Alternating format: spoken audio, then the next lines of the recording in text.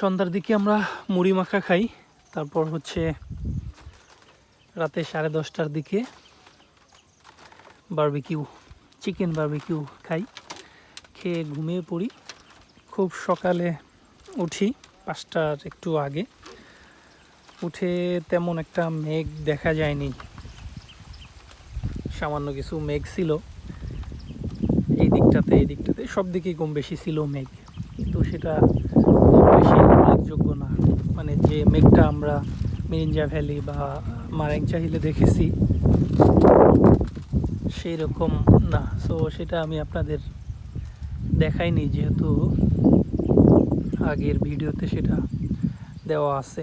প্রচণ্ড রোদ উঠেছে, প্রচণ্ড রোদ ওঠা সত্ত্বেও সেটা কিন্তু গায়ে লাগছে না, কারণ বেশ বাতাসের প্রবাহ রয়েছে। দেখেন প্রচণ্ড বাতাস হচ্ছে, বলতে গেলে গায়ে শীতই লাগতেছে এত রোদ থাকা সত্ত্বেও।